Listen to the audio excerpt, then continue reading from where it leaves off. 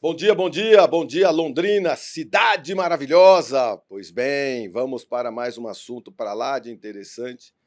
Nestes podcasts que nós temos parceria, uma iniciativa do NDPH e do podcast Marcão Careca, eu tenho aqui que agradecer imensamente o professor José Miguel Arias Neto, que foi um dos interlocutores desse projeto, um projeto muito simples, que nada mais é do que valorizar, primeiro, o professor Auel.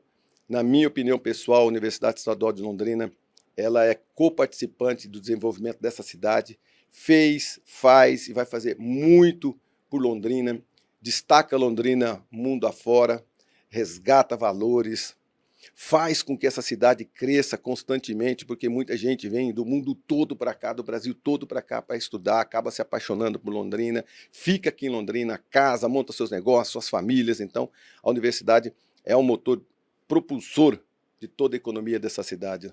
E aí, completando seus 55 anos dentro de uma cidade com 91, é muito tempo de vida e de história. Por isso que com essa iniciativa do NDPH, do Núcleo de Desenvolvimento e Pesquisa Histórica da nossa universidade, nós temos aqui mais um podcast que leva para você que nos assiste, que nos ouve, as histórias dessa universidade, tá bom? É o segundo ano desse projeto muito interessante. Serve como se fosse uma extensão estudantil. O aluno lá, ele vai ter essa aulinha, ele presta atenção e fala, olha que legal, rapaz, quantos convidados interessantes nós estamos tendo neste podcast. Para os professores e para os nossos convidados, é uma forma da gente reconhecer a importância deles na cidade e também, para mim, porque eu entendo que cada vez mais um veículo de comunicação de massa como a Paiquerê 91,7 tem essa obrigação também no seu bojo, a gente ter esse tipo de material, tá bom? Tema, movimento estudantil e movimento docente da universidade hoje. Meus convidados, começo com o professor José Miguel Arias Neto, diretor do Núcleo de Documentação e Pesquisa Histórica da UEL, graduado em História pela Universidade Estadual de Londrina em 86, com mestrado em 93, doutorado em 2001 em História Social pela Universidade de São Paulo. Fez pós-doutorado no Programa de Pós-Graduação em Relações Internacionais, Santiago Dantas, Unesp, USP, PUC, São Paulo, em 2015. Atualmente é professor associado de História Contemporânea da UEL e docente dos programas de pós-graduação em História Social e História e Regiões da Unicentro. Professor José Miguel Arias Neto, muito obrigado pela sua presença mais uma vez. Você é praticamente um sócio aqui no nosso podcast.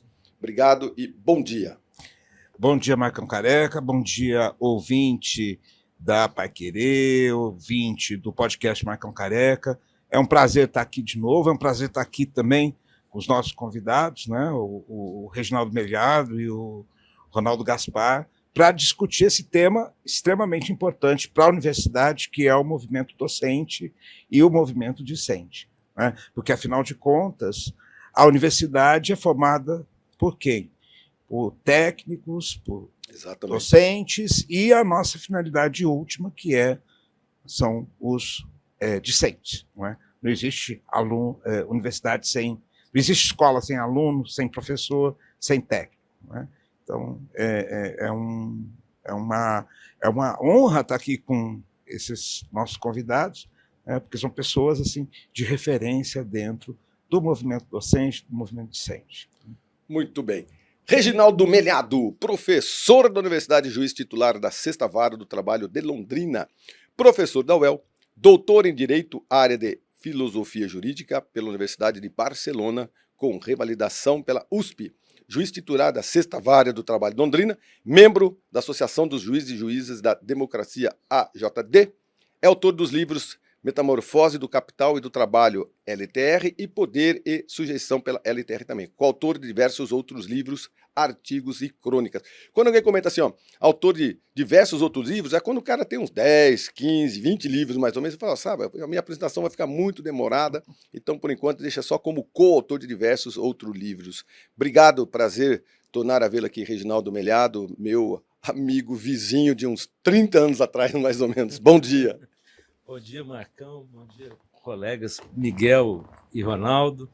É uma grande satisfação estar aqui com vocês todos, conversando, batendo um papo sobre aquilo que é o objeto de grande amor que nós temos em comum aqui, que é a Universidade Estadual de Londrina. Tenho uma verdadeira paixão pela cidade e pela universidade, vim para Londrina para cursar Direito, aqui me formei, aqui comecei a advogar, depois fiz concurso, fui para a magistratura, voltei para Londrina, fiz concurso na UEL, sou professor na UEL hoje, isso para mim é uma grande honra, né?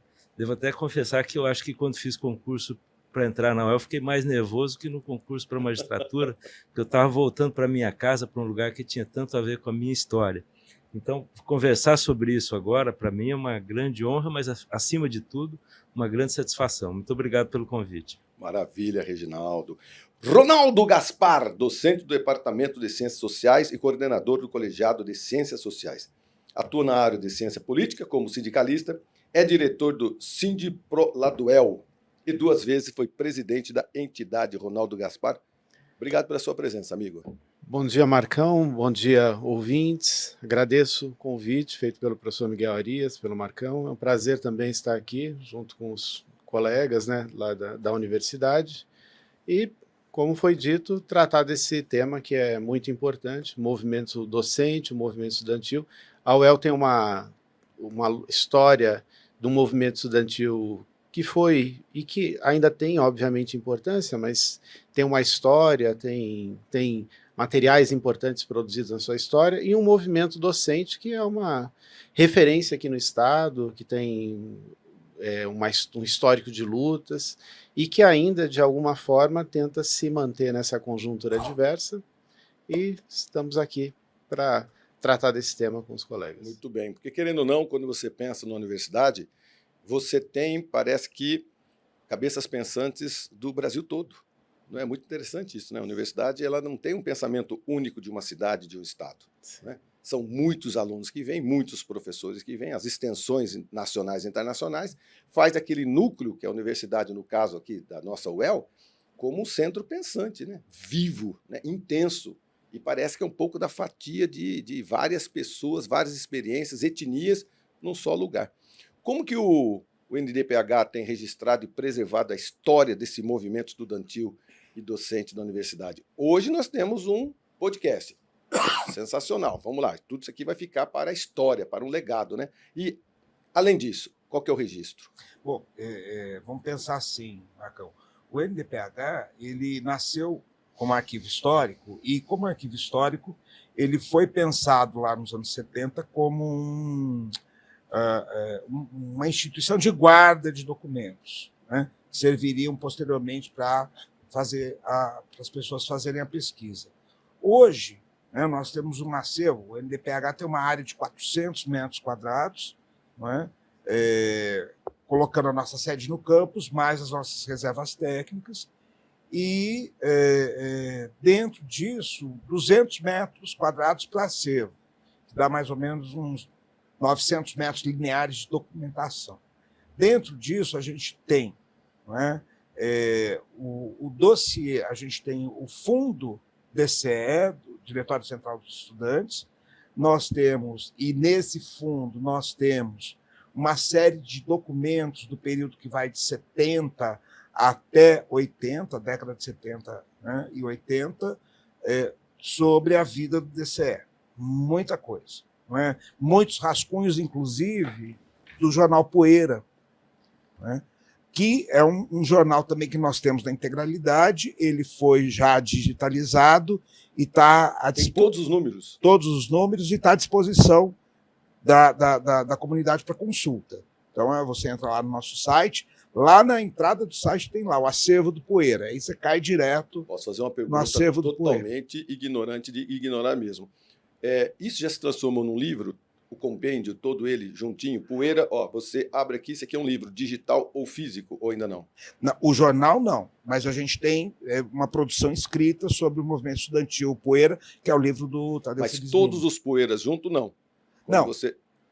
num livro, não. Não, né? Mas ele está lá no site, e você entra e lê todos os jornais. Está no site, tranquilo, você consegue ler tudo. Isso, e também, a gente já postou lá também agora, o documentário Levanta, Sacode a Poeira e Dá a Volta por Cima, que foi lançado semana passada, né, e que foi usado o acervo do NDPH para isso.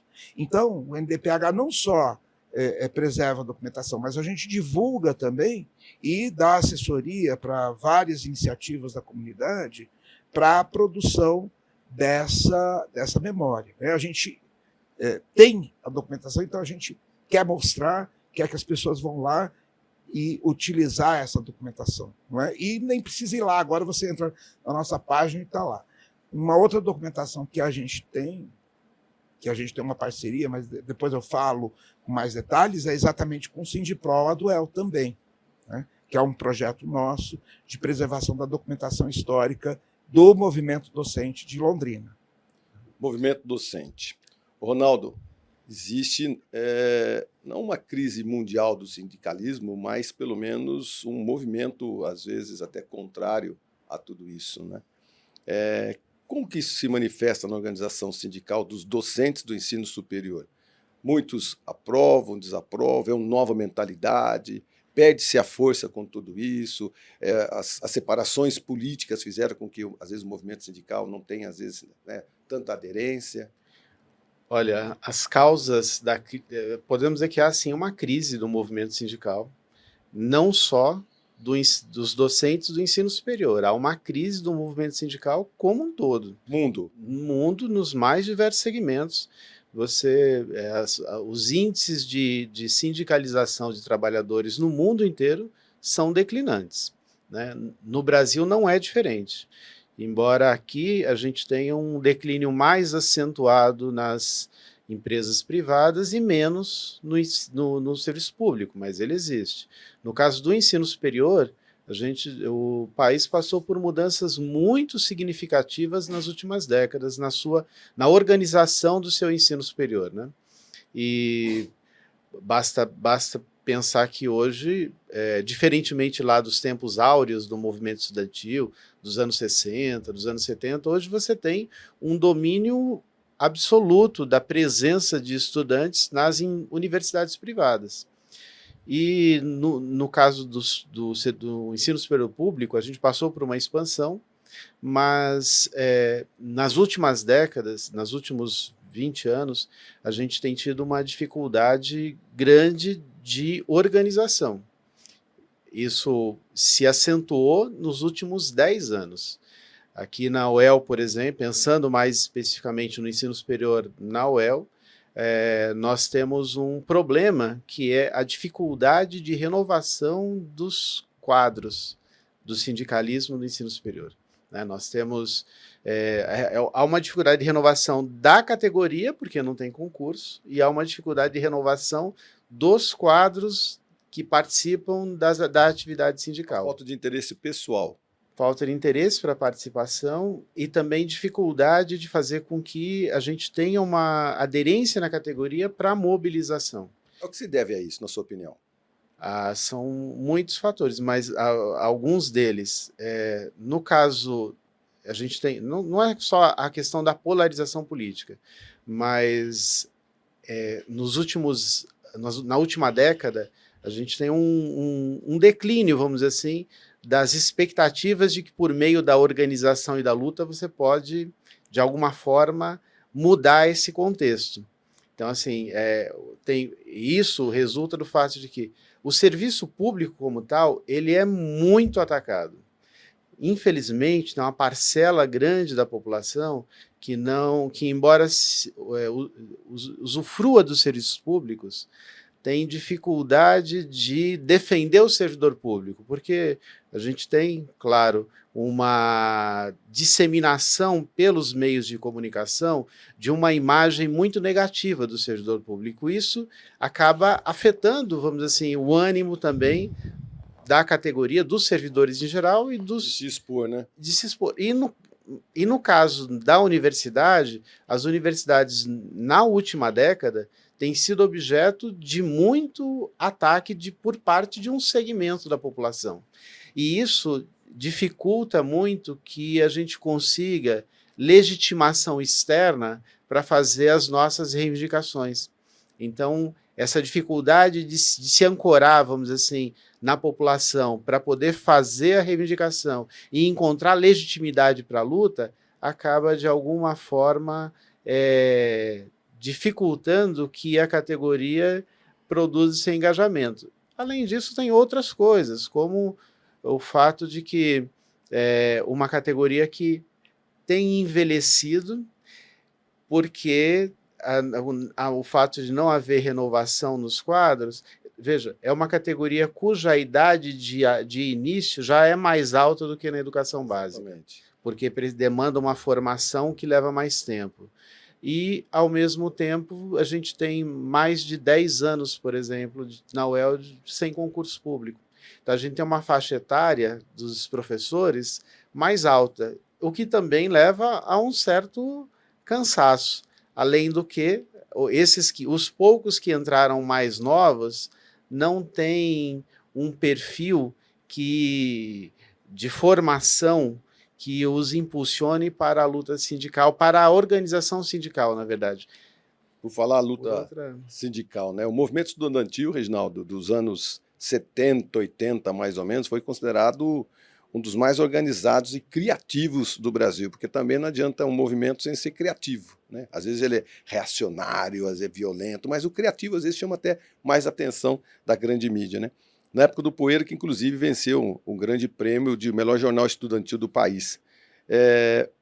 Por que Londrina é tão incipiente nessa situação? É um pouquinho daquilo que eu comentei no começo, um montão de cabeças pensantes de vários estados, né, de várias etnias, né? Esse juntamento, foi tudo isso que fez Londrina ser tão destacada nesse segmento e nessa reação? Pois olha, Marcão, eu acho uma resposta difícil essa, porque envolve entender um pouco da história de Londrina e de todo o processo de constituição da nossa cultura, né? Mas é claro, isso que você coloca é um fator decisivo, né? Todo mundo que é muito jovem em Londrina, encontrar um londrinense na faixa etária de 60, 70 anos já é mais difícil. A maioria veio de fora, veio de São Paulo, veio de Minas, veio do Nordeste, veio de outras regiões, né? Isso tudo foi constituindo um caldeirão cultural que ajudou bastante, né? O movimento estudantil de Londrina nos anos 70, 80, especialmente na UEL, mas não só, mas especialmente na UEL, foi muito pujante, né? Foi de uma criatividade exuberante, né?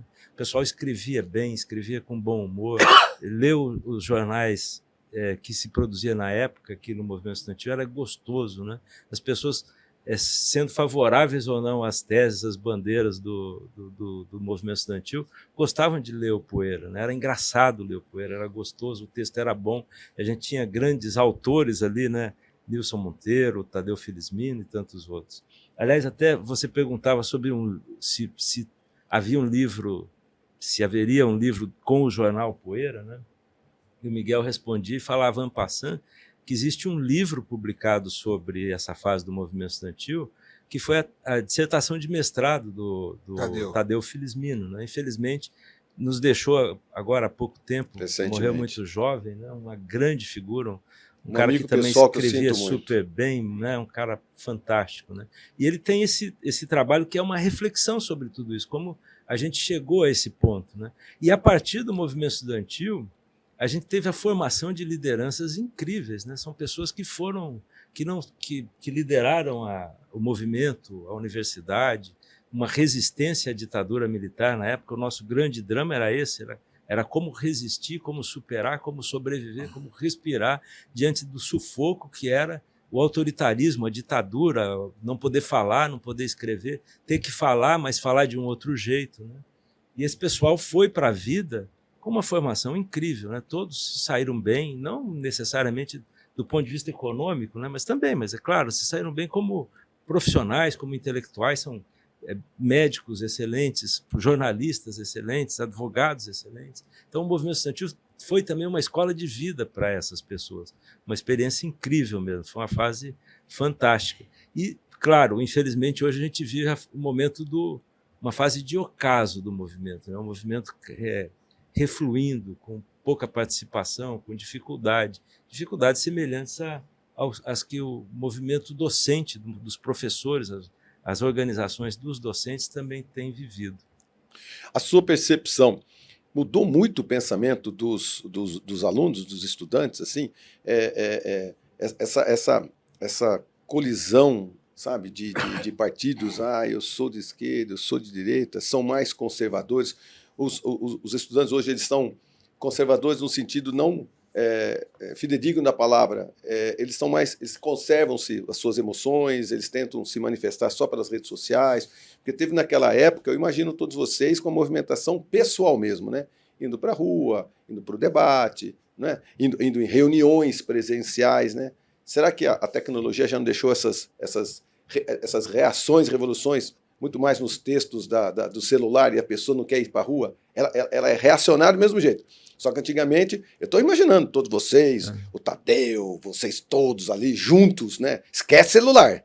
Vocês precisam ser vistos, fotografados, não é verdade? E reunidos. Agora é o advento da comunicação. De repente, a pessoa ela quer se manifestar, mas ela não põe mais a cara, ela põe no texto. Será que não é isso? Não mudou um pouco esse comportamento? Pode ser que sim. Essa é uma resposta muito difícil. Eu tendo até É a segunda que eu te faço difícil. Tenho certo receio de responder, porque a gente que é professor quer responder com profundidade, a partir do que já leu, de algum filósofo que já estudou o assunto, que falou sobre isso, que escreveu uma grande reflexão sobre isso. E o que eu vou responder para você é muito mais no achômetro, né? Eu tenho a impressão de que assim, você tem dois fatores que são determinantes. Um é a fase mesmo que a gente vive no sistema como um todo, no capitalismo, no contexto internacional, né? Que é uma fase de desesperança, né? Nessa época, nessa época dos anos 70, 80, embora a gente tivesse a confrontação com a ditadura, com o sufoco, com a violência, né? com a proibição de falar, você tinha que ficar pensando como escrever o jornal para não ser preso, para não ser perseguido pela ditadura. Apesar disso tudo, as pessoas sonhavam com outro mundo, acreditavam que era possível construir uma outra realidade e apostavam na sua contribuição pessoal nisso. Então, todo mundo achava que eu vou participar do movimento estudantil não só porque eu quero um ensino de qualidade para mim, não só porque eu quero quero concurso para professor, que a gente não tinha no começo, né? Não só porque eu quero eleição direta para reitor, mas também porque eu acho que com isso a sociedade vai ser melhor, a gente vai construir um outro mundo, né? Essa perspectiva me parece que foi perdendo força ao longo dos últimos 30, 40 anos, né? Tem um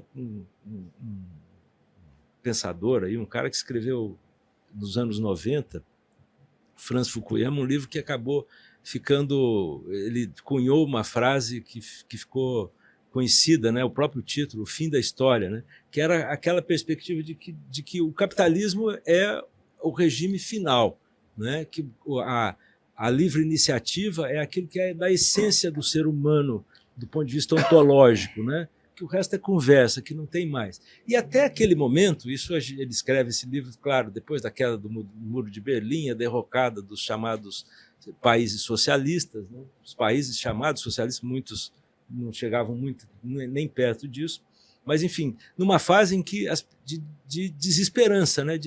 Sem ter um antagonista, o outro lado, é isso aqui, essa pasmaceira mesmo. Acho que esse fator, de alguma maneira, influencia todo o movimento social, toda a reflexão social, né? A falta de você ter um paradigma, uma utopia pela qual lutar. E acho que com o movimento estudantil acontece muito isso. E aí tem esse outro fator que você menciona, que é o da forma de comunicação dos últimos tempos, né? A gente saiu do monopólio dos grandes grupos na comunicação, né? Os grandes jornais, grandes redes de televisão, que controlavam de alguma maneira o inconsciente coletivo, muitas vezes decidindo quem seria o candidato que vai ganhar as eleições para presidente da República, né? A gente teve um episódio em 1989 flagrante em que uma emissora de TV, um grupo econômico, decidiu que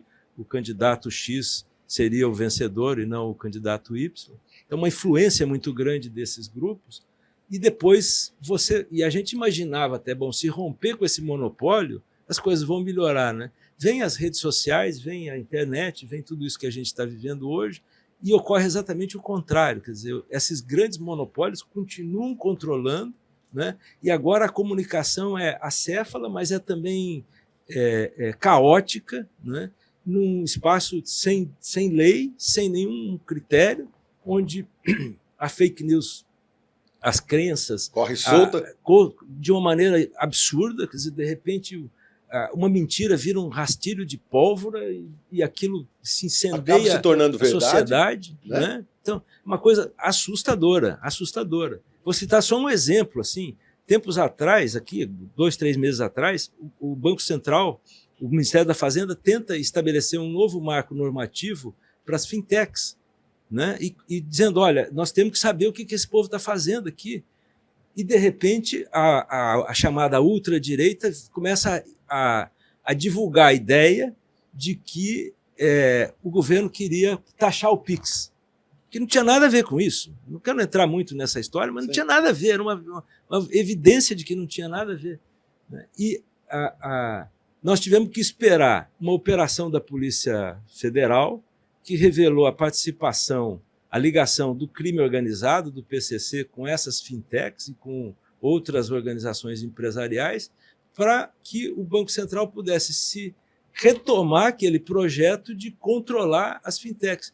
Ele teve que refluir, fez isso até de maneira pusilânime, eu diria, covarde, né? Em lugar de manter, falar, não, é preciso ter algum controle. Não, um deputado faz um vídeo mentindo descaradamente, esse vídeo é visto na internet por 30 milhões de pessoas, não sei quantos milhões, e o governo retira, o Banco Central retira, o Ministério da Fazenda retira aquela proposta de regulamentação, aquele marco normativo que já tinha sido aprovado. E agora precisou esperar para as pessoas entenderem que aquilo era mentira. Né? Então a gente vive de uma mentira na outra, né? As redes sociais se tornaram um espaço de culto à própria imagem, uma série de outras patologias sociais que desesperam quem estuda aí. Exatamente, não, desesperam mesmo. E por isso que até a gente volta no movimento sindical novamente, entendeu? Porque eu penso que as redes sociais, não é verdade, que hoje a gente não vive sem, né? A gente não vive sem, e também, infelizmente, ela acaba influenciando negativamente, né?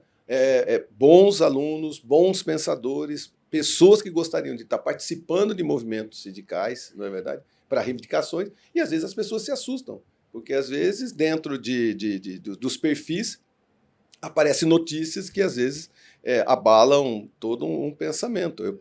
Provavelmente esse seja um dos principais fatores, na minha opinião, muito pessoal, sem pesquisa nenhuma, não é? Porque normalmente, quando você olha, as notícias positivas da universidade são ótimas, às vezes elas são pequenas. E aquelas contrárias são maiores, porque o fake news é muito mais simples você colocar e a pessoa chama muito mais atenção em ver uma coisa que é uma desgraça do que um fator positivo.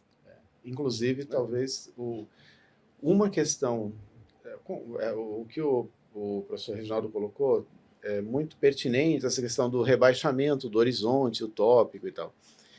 Mas, de um modo mais imediato, essa questão das redes sociais, ela trazem uma implicação que é a seguinte: como é que a gente consegue fazer com que, e retorna ao que nós estávamos conversando antes do início do programa, inclusive, como é que a gente pode traduzir ideias complexas de modo a difundi-las pelas redes sociais para o grande público e fazer com que o engajamento se dê não só sobre aquilo que é imediatamente negativo, só sobre aquilo que, de alguma forma, dissemina o ódio, a desinformação. Então, a dificuldade que, vamos dizer assim, os segmentos mais progressistas têm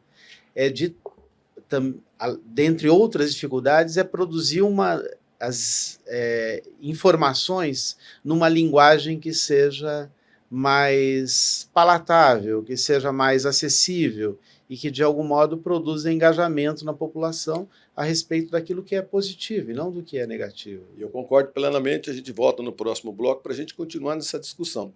De repente, falta comunicação. Vocês três na minha frente aqui, vocês são conhecedores profundos das matérias que vocês têm frente aos seus estudantes. E aí, na pergunta que eu fiz para você, eu percebi assim, que é necessário sempre um embasamento, não é verdade, para ter uma resposta contundente, com eficácia, não é? E às vezes nas redes sociais, e os mais jovens, às vezes não querem tanto isso. Eles querem um imediatismo, né, de uma forma até às vezes mais simples de entender, porque se eles entenderem a história do que verdadeiramente foi o Poeira, do que verdadeiramente aconteceu no momento que você não tinha o poder de decisão, e isso tudo era preso em algumas situações, né? E aí o estudante ele ficava achando que ele tinha liberdade, ele não tinha toda essa liberdade. Eu penso que é uma atualização do pensamento de vocês que são profundamente conhecedores da matéria e fica um pouco mais fluido, um pouco mais leve. Não sei, minha opinião. A gente volta daqui a pouquinho para discutir sobre isso com José Miguel Arias Neto, Reginaldo Melhado e Ronaldo Gaspar, movimento estudantil e movimento docente da universidade. Já volta, não sai daí.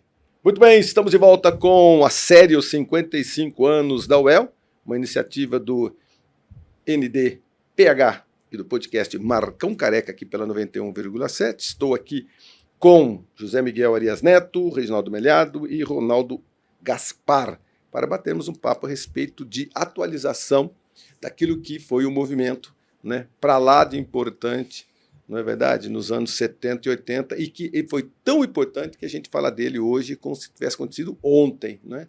Ele mudou vidas, mudou a universidade, mudou a história da cidade. Né?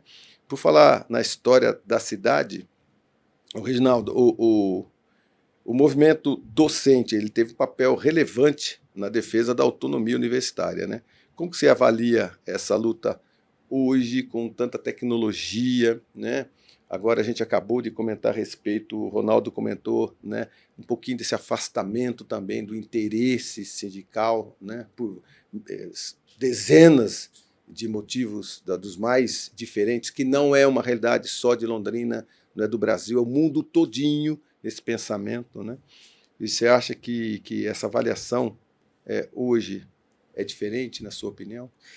Olha, a autonomia universitária é uma conquista da Constituição de 88. Né? Isso está inscrito lá. Agora, uma norma constitucional, uma Constituição, ela é dinâmica. Eu tive até um professor no doutorado que escreveu sobre isso. Né? A Constituição ela vai mudando, embora o texto seja o mesmo, historicamente, de acordo com a construção hermenêutica, de acordo com os tribunais vão interpretando a Constituição. E a autonomia universitária tem que ser uma conquista permanente. Né? Hoje, na UEL, uma das nossas grandes dificuldades diz respeito exatamente a essa perda de autonomia. As universidades foram sendo deixadas de lado em termos de preocupação orçamentária, as universidades têm menos recursos e elas têm, hoje, menos autonomia do que tiveram no passado. E com a UEL não é diferente. O professor Ronaldo Gaspar acabou de mencionar a dificuldade que a universidade tem hoje com concursos públicos. A gente tem anos e anos sem concursos públicos. O último foi há 10 anos e há 10 anos também os concursos que se realizaram foram insuficientes. E a gente tem um grande número de professores temporários que têm uma relação com a universidade que é diferente daquela dos docentes permanentes. Por quê? Porque essa pessoa, claro, vive da docência no mais das vezes e tem outras perspectivas e vai embora quando surgir a oportunidade de ir para uma universidade federal, para um outro lugar ou mesmo para iniciativa privada. Então, essa autonomia está se esgarçando. A gente está perdendo autonomia. Hoje, a universidade depende basicamente do governo do Estado, que controla, em grande medida, todas as ações administrativas que, em outros tempos, eram de competência, eram de decisão da reitoria, da administração, que era escolhida pela própria comunidade. E a universidade vem piorando com isso. Né? Então, quando a gente fala em autonomia universitária, parece um negócio abstrato, né? Difícil de convencer um aluno, um professor, de que essa é uma questão vital, mas isso passa pela essência do futuro da universidade, de como a gente pode construir realmente um ensino de qualidade, com bons professores, com currículos pensados, discutidos, construídos, de modo a atender realmente a perspectiva da comunidade. Como é que isso vai funcionar bem? Para que serve? Que tipo de formação a gente está tendo? A gente está formando um médico para fazer o quê? Ele vai ser cirurgião plástico? Ele vai atender a comunidade? O que ele quer? Que tipo de ensino a gente está produzindo? Para quem? Né? Como isso funciona? Então, é uma reflexão algo filosófica que depende, em última análise, de você ter autonomia universitária, né? Autonomia tanto no sentido, digamos, político, para não sei se encontrei a palavra mais correta, no sentido de nós, da própria comunidade, escolher quem vai ser o reitor, a reitora, quem ocupa os cargos de direção, o que a gente faz de alguma forma já, como no sentido de que essa universidade tenha capacidade, tenha poder, tenha liberdade de escolher o seu próprio caminho, né? Essa é uma questão vital. As greves, na sua opinião, ainda têm uma eficiência política? Olha, a greve no serviço público é um grande dilema, né? Muitas vezes as pessoas criticam professores por fazerem greve. Os professores criticam o sindicato por convocar greve. E quem participa da greve faz a greve contrariado. Então a greve é um fenômeno cheio de contradições. Eu tenho certeza que nenhum professor faz greve feliz. Ele preferiria estar dando aula com uma remuneração razoável e vivendo tranquilamente. As pessoas vão à greve porque não há outra alternativa, né? E a greve é sempre muito mais difícil do que ficar sem dar aula. Fazer a greve é mais difícil, você tem que se empenhar mais, você tem que dedicar mais seu tempo, e quando a greve termina, você tem uma série de outros problemas. Então, a greve é muito ruim para quem está fazendo, para os professores, para os alunos e tudo mais, mas ela é um direito histórico, um direito fundamental, e muitas vezes ela decorre da falta de diálogo. Se a gente tivesse uma experiência democrática, como você tem em outros países, especialmente na Europa, onde as organizações sindicais pudessem ter espaços de negociação institucionalizados, que não dependessem da vontade soberana de um governador, de um presidente da República, espaços institucionais de negociação, a gente muitas vezes evitaria esse tipo de conflito que levaria a uma paralisação das atividades. Mas a gente não tem isso. Os professores muitas vezes têm que fazer uma greve para conseguir conversar, né? E a gente teve recentemente aqui, tem tido nos últimos tempos, governadores como o atual, com todo o respeito, que dizem: eu não converso com o professor, não converso com grevista, como se realizar uma greve, fazer uma greve não fosse um direito fundamental, que a ciência política considera como essencial na democracia. Não existe democracia se não houver direito de greve.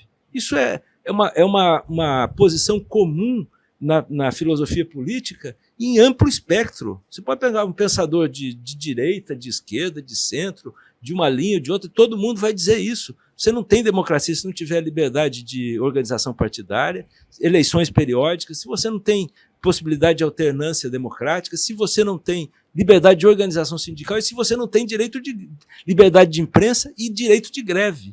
O direito de greve é da essência da democracia. Aí você vem um governador e fala: não, se tiver greve eu não converso. É tudo bandido, eu não quero saber dessa conversa. Isso é uma coisa do passado, isso é cafona, isso é visão de alguém que é atrasado, né? É uma visão pequena de mundo, é uma visão do passado, uma visão, sei lá, de cowboy, que conversa que é essa? Um administrador público não pode ter esse tipo de postura. E os professores, infelizmente, não têm alternativa senão, muitas vezes, chegar ao extremo de uma greve, que, como eu disse, para nós é muito desconfortável, é muito ruim. O Ronaldo foi presidente do Sindicato dos Professores. Certamente, quando convocou uma greve, quando teve que participar da greve, fez isso preferindo que nunca acontecesse. Mas não viu alternativa senão a de ter que se valer desse instrumento histórico que é a greve. É eficaz? É duvidoso, né? Mas enquanto a gente não encontrar alternativas de diálogo social que resolvam esse problema, essas greves vão continuar acontecendo. E seria muito simples. Seria você ter outros países, tem o exemplo, a gente não precisa copiar, mas pode se inspirar. França, Espanha, Alemanha, você tem espaços institucionalizados. A lei diz como é que é a negociação, a lei diz como é que essa negociação se desenvolve com respeito, né, obrigatoriamente, entendendo os trabalhadores do serviço público como cidadãos que têm o direito de se organizar e de dialogar. Se você tiver isso, você não tem greve. E a gente não tem isso no Brasil. A gente tem governantes que simplesmente dizem: eu não aceito que faça greve. Aliás, ele não negocia, não conversa, não discute. Aí a categoria vai à greve porque quer a discussão e ele fala: não, se tiver com greve eu não converso. Aí pronto. Né, você tem o paradoxo, né, o cachorro correndo atrás do rabo. Ronaldo, mas sempre foi assim, historicamente? Assim, o movimento docente, seja na UEL ou em outros lugares, já fez grandes greves. Algumas, inclusive, famosas por terem sido bastante longas, né? Especialmente a greve de 2001. Mas fizemos greves importantes, como em 2015.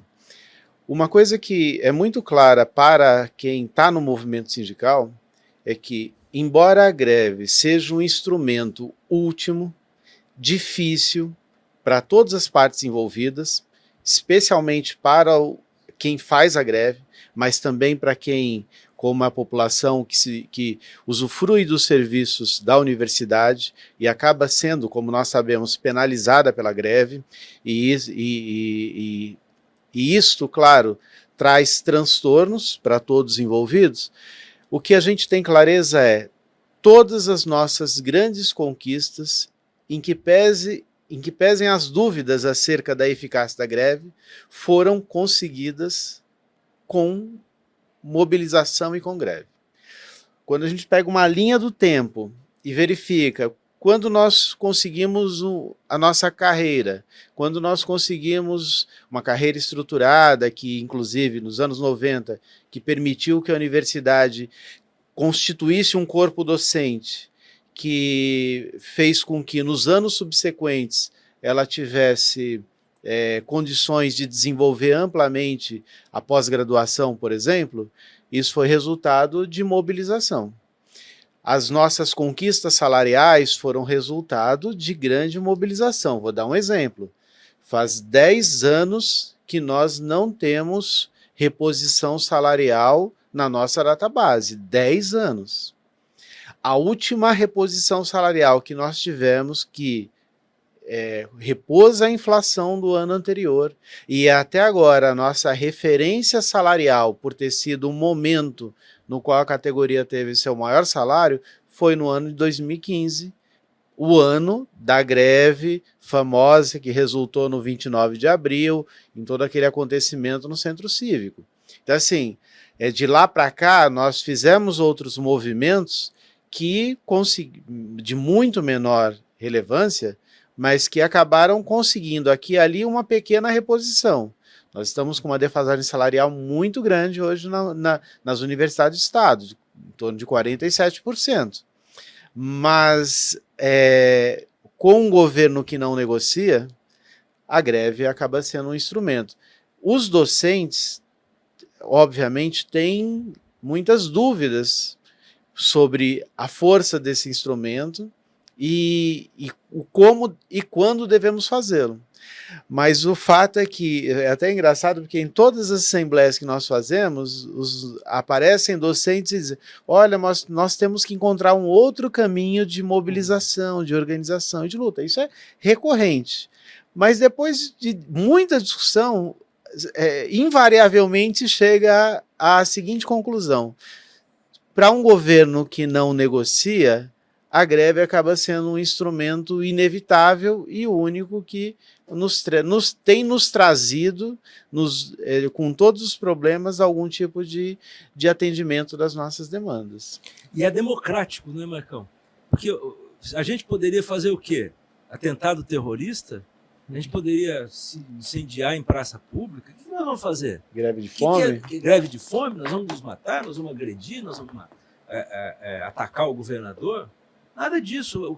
O instrumento democrático, institucional que a gente tem para a falta de diálogo é a greve. Agora, se houver diálogo, essa greve pode ser evitada, deve ser evitada, nós temos que procurar evitar essa greve. Mas para isso, como eu falei, a gente precisa de um marco normativo, uma lei que o Brasil não tem ainda, quem sabe até uma emenda constitucional que regule mais essa matéria. A Constituição está colocado abstratamente que nós temos direito à negociação coletiva, abstratamente que os servidores têm direito à greve, mas a gente não tem uma regra legal clara que coloque o governador na mesa com os sindicatos, que coloque o governo federal na mesa com os sindicatos de professores, da Receita Federal, dos servidores de modo geral, né? Se tivesse isso, talvez a gente pudesse dizer não é preciso a greve, né? Você veja, no município de Londrina, você que agora é secretário da Cultura, né? Quanto tempo faz que a gente não tem uma greve de servidores municipais? Você sabe por que não tem greve de servidores municipais aqui? Eu já fui advogado de servidores públicos antes de ser juiz, inclusive do Sindicerv, na fundação do sindicato. Era uma fase muito mais difícil. Você não tem greve porque você tem diálogo, porque você tem negociação. Não é porque a prefeitura repõe a inflação a cada ano. E as pessoas estão trabalhando com a vida tranquila. Não tem o sindicato lá é mais radical, menos radical, as pessoas são diferentes. Não, vocês são iguais na Universidade Estadual de Londrina, em qualquer outro lugar. Mas não é necessário, porque tem diálogo. Né? Aqui na UEL, nas instituições estaduais do Paraná, a gente não tem tido esse diálogo.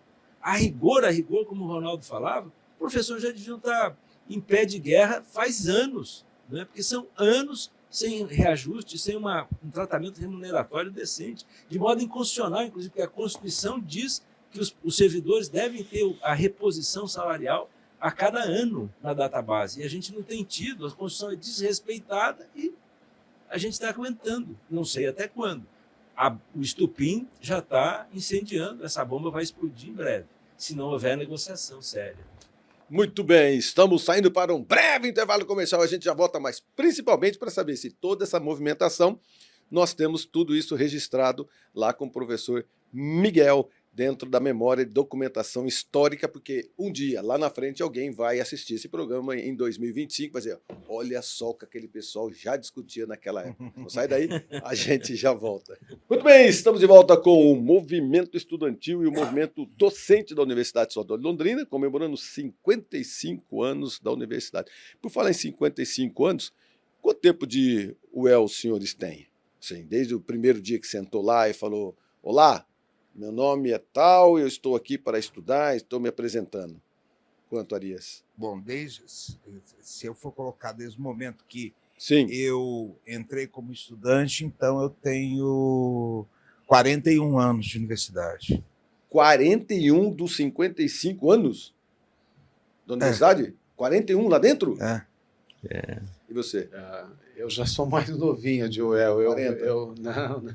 Eu tenho 13 anos de universidade. Eu vim para cá 12 anos. Cheguei aqui em 2013. De onde você veio? Vim de São Paulo. São Paulo, capital? São Paulo, capital. Para fazer o quê? Vim, prestei o concurso para entrar na UEL. Ah, lá eu era professor, professor. né? Lá eu era, como professor. Lá eu era professor de universidade privada, né? E aí eu fui dar aula numa universidade federal em Minas. E aí, nesse meio tempo, eu e minha esposa vimos o concurso aqui da UEL e prestamos o concurso. Estamos os dois aqui. Pela UEL, pela cidade, pelo salário? Ou os três juntos? Tudo junto, porque menos pelo salário, porque eu já estava numa outra universidade. Londrina te Mas atraiu. especialmente pelo fato de sair da agitação tanto de São Paulo, né? E porque a UEL é uma boa universidade. E também pelo fato de que nós entramos os dois na mesma universidade, então viemos para cá e conhecemos aqui Londrina. Na verdade, a primeira vez que eu vim a Londrina foi para prestar o concurso da UEL. E aí estamos Qual lugar aqui de São Paulo você é? Eu morava assim, eu morei muito tempo no ABC Paulista, então ultimamente estava morando em Santo André, agora na capital eu tenho familiares e nasci próximo da capital, nasci em São Caetano do Sul e morei durante alguns anos na capital paulista. Durante 18 anos da minha vida morei na capital, depois morei em Santo André. Que diferença, Londrina, né? Que maravilha, hein? A pessoa vem para cá e fala, cara, eu vou trabalhar naquele paraíso. Hã? Eu imagino quando o cara muda para cá, ele pegando a mão da esposa dele, olhando aquele matagal, aquele perobal, fala, rapaz, além de tudo, a universidade fica num lugar bonito. Além de tudo, fica num lugar gostoso para trabalhar. Olha, Marcão, eu digo para você, eu gosto de Londrina, acho uma cidade bonita, acho a UEL, um campus da UEL é um campus belíssimo. Só duas coisas me incomodam em Londrina. Não ter feira livre, nenhuma feira livre que seja como as de São Paulo, e não ter padarias como a de São Paulo. Isso me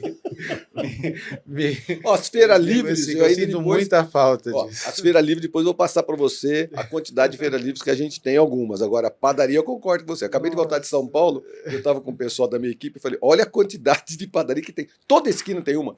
Porque é um hábito do paulistano tomar o café da manhã. E a qualidade das padarias paulistanas. Eu também sou paulistano, eu sou de Ipiranga. De Ipiranga? Eu sou de Ipiranga, eu sou de lá. Você é corintiano também ou não? Eu sou São Paulino. Não se discute essas coisas. Reginaldo, você quanto tempo de universidade?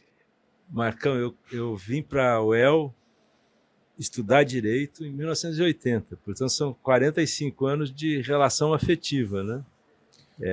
Inicialmente uma paixão, depois essa paixão se tornou um relacionamento conflituoso, mas agora se construiu cada vez mais, né? Quero ficar na UEL até o fim, até a minha aposentadoria. 45. Agora, como professor, entrei 45, considerando quando eu entrei como estudante lá, em 1980, né? 45 anos. Por isso que o que nos traz aqui é exatamente isso. São memórias afetivas também que vocês têm. Chega a assustar, sabe? Porque quando eu entrei na universidade, lá no Calçadão havia barraquinhas falando dos 10 anos da universidade. A universidade estava completando 10 anos.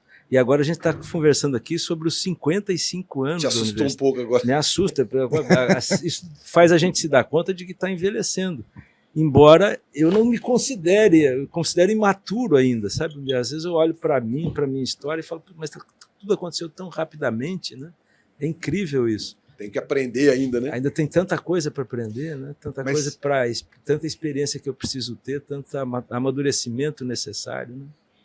Você me permite um depoimento? O Reginaldo está sendo modesto aqui, porque ele foi, na década de 80, presidente do CA de Direito, o CAD, que foi o centro acadêmico que promoveu uma grande mudança na luta pela instituição do DCE livre. Né? Naquela época ele já era agitadinho. Então.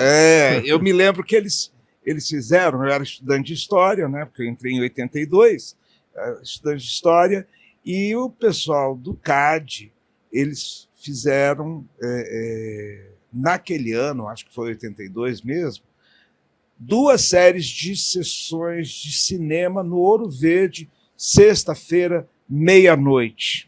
Você lembra disso? Ciclo de cinema político. Ciclo de cinema político, exatamente. E era o Costa Gavras e o Vágida, o Andrei Vágida. Né? Os filmes desses 2 cineastas.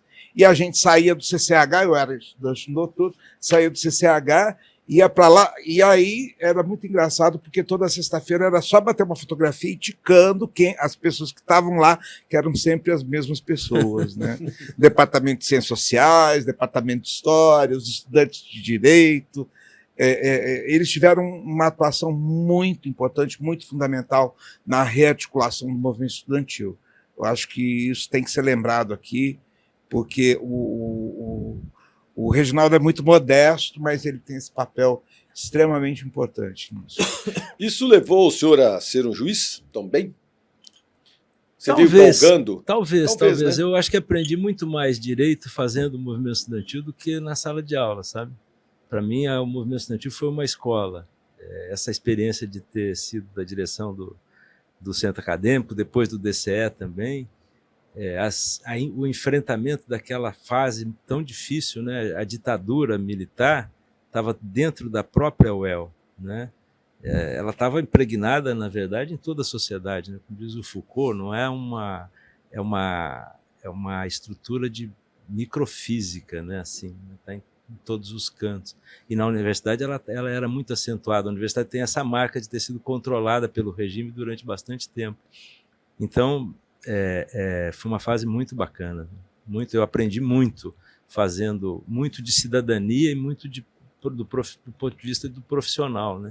A gente falava, fazendo só um parênteses aqui no intervalo, sobre a dificuldade que os alunos têm de estudar hoje, né? Eles não querem ler um livro, querem um texto, e agora piorou, né? Porque antes eles entravam na internet e encontravam um resumo e tal. Agora não querem nem o resumo escrito, eles vão no TikTok ver uma aula, alguma coisa assim.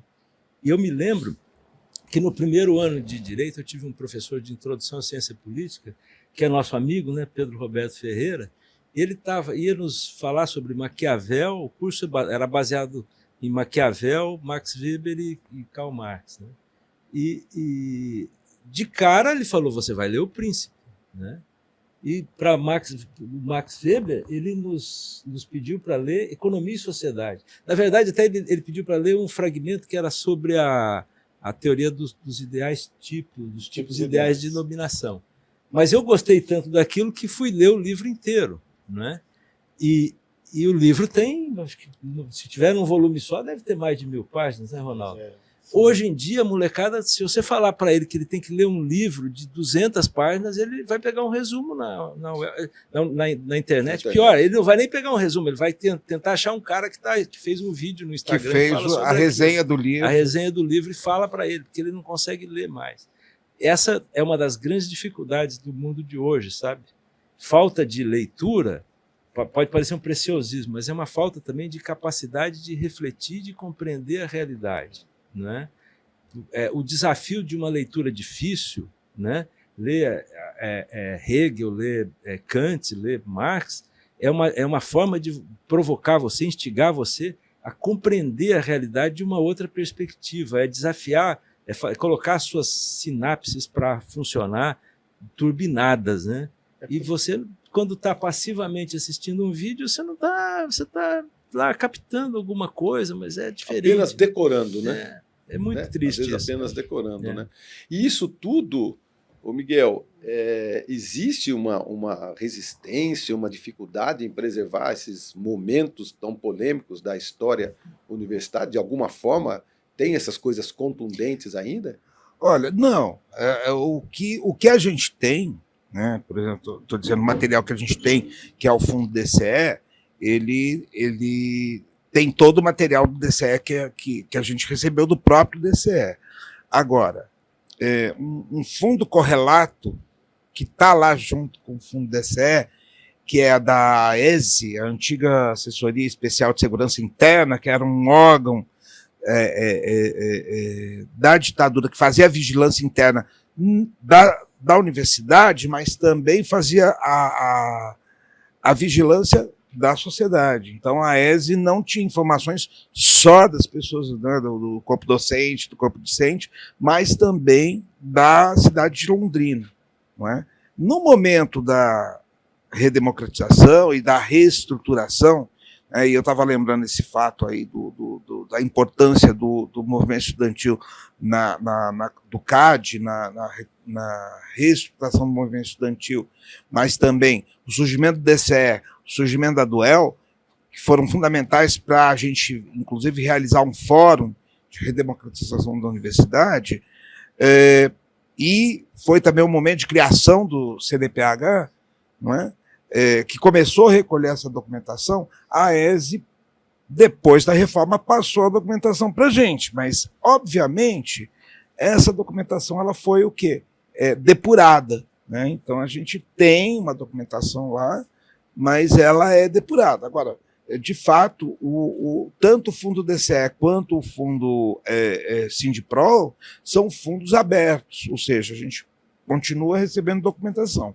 O que a gente precisava era de um grupo estudando o movimento estudantil, né, e o movimento docente, fazendo entrevistas, coletando as memórias desse, né, tanto do movimento estudantil como do movimento docente, que assim, né, seria fundamental. Começa pelo Reginaldo. Memória viva ali. Eu ainda, exato, eu estou pensando aqui, começa com o Reginaldo. Né? Mas, por exemplo, quando a gente trouxe o Nelson Fujita para cá, né, foi também os reitores. Reginaldo, que coisa sensacional. Eu convido você a assistir o podcast. Eu vou ver. Sensacional você ter raramente uma rádio ou uma estação, uma emissora, uma mídia, dê tanta abertura assim, para que eles, depois de décadas, isso foi nos bastidores, né, Miguel? O comentário deles, olha, depois de muitas décadas, nós estamos tendo essa liberdade de uma forma, não foi nem contundente, mas de uma forma com muita liberdade. Né? Eu quero, inclusive, aproveitar e cumprimentar você, viu, Marcão, o professor Miguel, por essa iniciativa, porque é um negócio muito legal. Eu, inclusive, tive uma passagem efêmera pelo Conselho Universitário, e numa das sessões do Conselho Universitário propus à reitora e a todos os conselheiros que a gente tivesse institucionalmente uma iniciativa como essa. Até quando? O que a gente vai esperar? A gente vai esperar esse pessoal morrer para fazer uma homenagem póstuma? Qual é o registro que a gente tem da história da universidade? Vamos sentar, conversar, gravar com essas pessoas. Comentei isso com o Miguel. De alguma maneira, vocês já deram conta dessa minha ansiedade de conversar. Né? Por isso é que eu perguntava. Tem que colocar o professor Ascencio nisso também. Né? O Thomson, o Fujita, tantos outros que participaram dessa história, que você precisa documentar, ouvir, discutir. E aqui você tem o áudio e o vídeo registrados. Né? Se algum não puder, às vezes, comparecer, né, a gente vai até em casa. Dá para a gente fazer isso via, hoje, a internet, coloca uma câmera em casa, bate um papo com os familiares, posiciona a pessoa certinho ali, com a iluminação, o som certinho, e às vezes a pessoa não precisa nem vir para cá, né, Miguel? A gente faz a entrevista. Os reitores, não que eu queira ficar assim, a universidade não é só o reitor, mas o reitor é um símbolo, né? A reitora, né? A gente tem todos eles, todas elas, são pessoas vivas, estão aí, com exceção do professor Pinotti, que faleceu já. O Fiore, do Pinotti. O Pinotti, né? O Fiore está vivo. Fiore tem que conversar com todas essas pessoas. A despeito das divergências. O Fiore, por exemplo, foi escolhido numa fase em que não havia democracia ainda. Né? Mas tem que conversar com ele, tem que registrar essa fase. Mas nessa abertura aqui, da 91,7, nós temos uma abertura total exatamente por causa disso. Nós estamos trazendo esse resgate. Obrigado, Reinaldo. Obrigado. Muito legal mesmo. Foi ideia, né? Eu acho que foi um começo desse bate-papo nosso, né, Miguel? Como é que a gente faz para resgatar essa entidade, essa ferramenta, né, que é a universidade, que é o UEL. Né? Cada vez mais a gente brinca com o termo derrubar os muros, e a gente tem que entender um pouco mais da universidade. E às vezes, governo estadual, governo federal, governo municipal, atrair mais, não é verdade? E era o que você falava no começo, né? Qual é o papel da universidade na cidade, na comunidade? O que seria de Londrina sem a UEL? Será que alguém imagina que a UEL, a cidade de Londrina seria essa pujança, essa exuberância cultural, tudo isso que ocorre na cidade, do que ela já foi, do que ela é e continuará sendo com certeza, sem a UEL? A UEL é parte essencial disso, eu diria, determinante. Determinante, né? determinante, essa é a palavra. A gente tem que tratar a UEL como um tesouro para todos nós. E né? Com toda com certeza. Crítica, com questionamento, com discussão, porque é assim que as coisas melhoram, órgão vivo. Mas tem que tratar como um tesouro. Eu vejo a UEL como um órgão vivo, né? Ela é permanentemente reacionária. Né? E aí, se pensa, se movimenta, é isso mesmo. Só para falar isso que o Reginaldo está... Eu lembro que num dos momentos de embate da universidade com o governo do estado e que mobilizou a sociedade, tinha muita matéria na Folha de Londrina, teve uma pessoa que escreveu e falou da universidade assim, falou, olha, a Londrina tem que cuidar da universidade, porque sem a universidade, Londrina é só um lugar iluminado. Né? E eu acho que essa pessoa está cobertíssima de razão. E foi engraçado porque na época dizia que Londrina era uma fazenda iluminada, sem universidade. Né? E eu acho que é isso. Muito bem. Estamos saindo para um breve intervalo comercial. Mais os 55 anos da UEL, uma iniciativa do NDPH e do podcast Marcão Careca. Já volta, não sai daí não.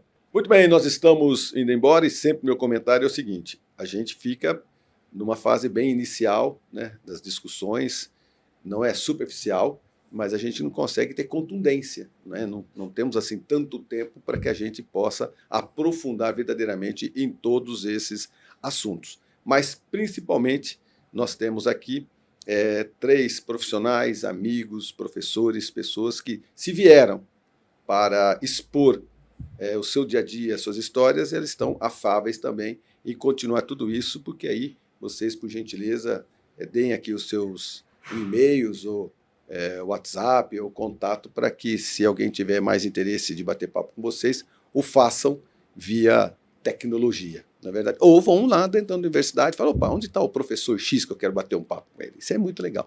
Obrigado, viu? Obrigado, professor Miguel, mais uma vez, pelo seu carinho, pela sua atenção e até o próximo programa da universidade, que agora, No intervalo, nós fizemos uma conta. Provavelmente, esse projeto aqui, esse programa e a Paiquerê é que mais deu notoriedade à universidade nos últimos anos. Do ano passado para cá, todos os meses a gente tem um programa sobre a universidade, sobre todos os aspectos dela. O histórico, social, filantrópico, comercial, que é mais histórico, né? Defesas, a política. Obrigado mais uma vez, querido amigo. Imagina, eu é que agradeço, Marcão, a parceria, né? Dizendo, reforçando aquilo que eu já disse, o NDPH ele tem a função não só de guarda da documentação, mas de divulgação dessa documentação e também tem a função de provocar no público essa vontade de conhecer e essa vontade de se aprofundar e nos aspectos históricos da cidade, da região.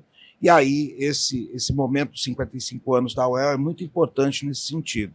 E aí eu queria agradecer imensamente o Reginaldo e o Ronaldo por terem aceitado o convite. Eu acho que esse podcast foi muito legal, né? A gente aprendeu muito com eles. Sim, né? exatamente. E lembramos muitas coisas com eles também, e que é fundamental para a UEL esse movimento. A gente vai continuar, né, com a série, vai até abril do ano que vem, e assim... A gente acha, você fala até abril do ano que vem, é muito programa, mas é tanta coisa, porque a UEL é um universo. São muitos assuntos. Né? A UEL é um universo de pessoas diferentes, né? De perspectivas diferentes que a gente está vendo aqui e que assim, acaba se tornando pouco, né? E é um momento inicial mesmo, né? De estímulo ao público para pensar sobre a cidade e pensar sobre a universidade, a relação da cidade com a universidade. Né? Então, mais uma vez, eu agradeço essa parceria e vamos continuar com esse trabalho. Muito obrigado. Ronaldo Gaspar, obrigado, viu? Eu que agradeço o convite, Marcão, pela participação aqui no programa, agradeço ao professor Miguel também, é um prazer estar aqui, o professor Reginaldo, né? Colega não só da universidade, mas de luta também dos sindicatos. E parabéns por celebrar por também celebrar esses 55 anos da UEL. A UEL é uma universidade, como todos sabem, né, muito importante aqui na região, importante no Paraná. A UEL tem uma história que, sem dúvida nenhuma, de grande importância, não só educacional, estudantil, educacional, econômica para Londrina e região, mas também como centro de produção cultural, intelectual. Eu fico imaginando, já foi dito aqui, como seria a cidade de Londrina sem a presença da UEL em termos econômicos, mas o que seria de Londrina sem tudo que é produzido, né, na UEL, sem as pessoas que fazem de Londrina, uma cidade tão diversa, muitas delas vêm para cá em razão da UEL, em função da UEL. Assim como a história do movimento estudantil, do movimento docente da UEL, que são histórias ligadas à resistência à ditadura militar, à resistência de diversos desmandos de governos estaduais, e também o fato de que isso traz para a cidade um ar novo, vamos dizer assim. E espero que nos próximos anos a UEL consiga, e os seus movimentos estudantil e docente, consigam retomar, vamos dizer assim, ou pelo menos fortalecer um certo protagonismo, né, nos movimentos sindicais, no movimento social aqui da cidade, porque indubitavelmente, se nós não tivermos esse movimento fortalecido, nós não temos melhor dizendo, movimento estudantil forte, movimento docente forte, são parte integrantes do fortalecimento cultural da cidade. Onde há movimento estudantil forte, onde há movimento docente forte, há possibilidade, espaço para a produção cultural se renovar, que ela seja mais pujante, que ela seja mais diversa e abrangente. Então, acho que se nós conseguirmos isso nesse próximo período, e aí olhando para a UEL não só para trás, mas olhando para frente também, ou seja, para o futuro da universidade. Se nós conseguirmos isso, nós estaremos, aí teremos mais 55 anos, 60 anos pela frente, ou muito mais, para que a UEL continue a cumprir a sua função aí de ser um motor importante da cidade de Londrina. Mais uma vez agradeço, obrigado pela participação. Eu que agradeço. Reginaldo, obrigado. Olha, muito obrigado a você, Marcão, foi uma satisfação revê-lo. Fazia muito tempo que a gente não conversava, nós que nos conhecemos desde, como você falou antes, né, desde o tempo em que eu não tinha barba, era um jovem advogado audacioso, e você é um jovem cabeludo e um empresário audacioso também. Exato. Né? É uma satisfação estar aqui com meu amigo Miguel, que é companheiro de movimento estudantil desde o tempo em que a gente era Neandertal ainda, né, nos anos 80. O professor Ronaldo, que é mais jovem, é um baita intelectual, um grande professor, um amigo querido. Então, estar aqui conversando com vocês foi para mim uma grande satisfação. E falar da UEL é muito importante sempre, né? Como a gente falou tanto aqui, já disse tanto, a UEL tem um papel decisivo na vida de Londrina. O Londrina não seria o que é sem essa instituição. Ela deu uma contribuição histórica à universidade no processo de redemocratização, de resistência na ditadura, né? Essa é uma lição importante para todos nós, especialmente neste momento em que a gente está aí no bojo de um julgamento histórico no Supremo Tribunal Federal, em que uma tentativa de golpe de Estado, de ruptura democrática, de uma volta a esse passado que a gente tanto enfrentou lá, né? Nesse momento tão importante, relembrar o significado da UEL e recuperar a importância da democracia é sempre muito importante. E eu finalizaria rapidamente para dizer que a comunidade deve tomar a universidade cada vez mais como algo seu, né?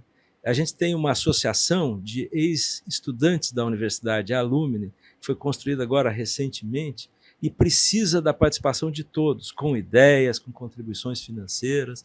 A gente tem, nas universidades europeias, nas universidades norte-americanas, uma presença muito grande de ex-estudantes, de pessoas. As universidades norte-americanas, elas têm recursos, patrimônios enormes de doações de ex-estudantes. Essas associações são importantes.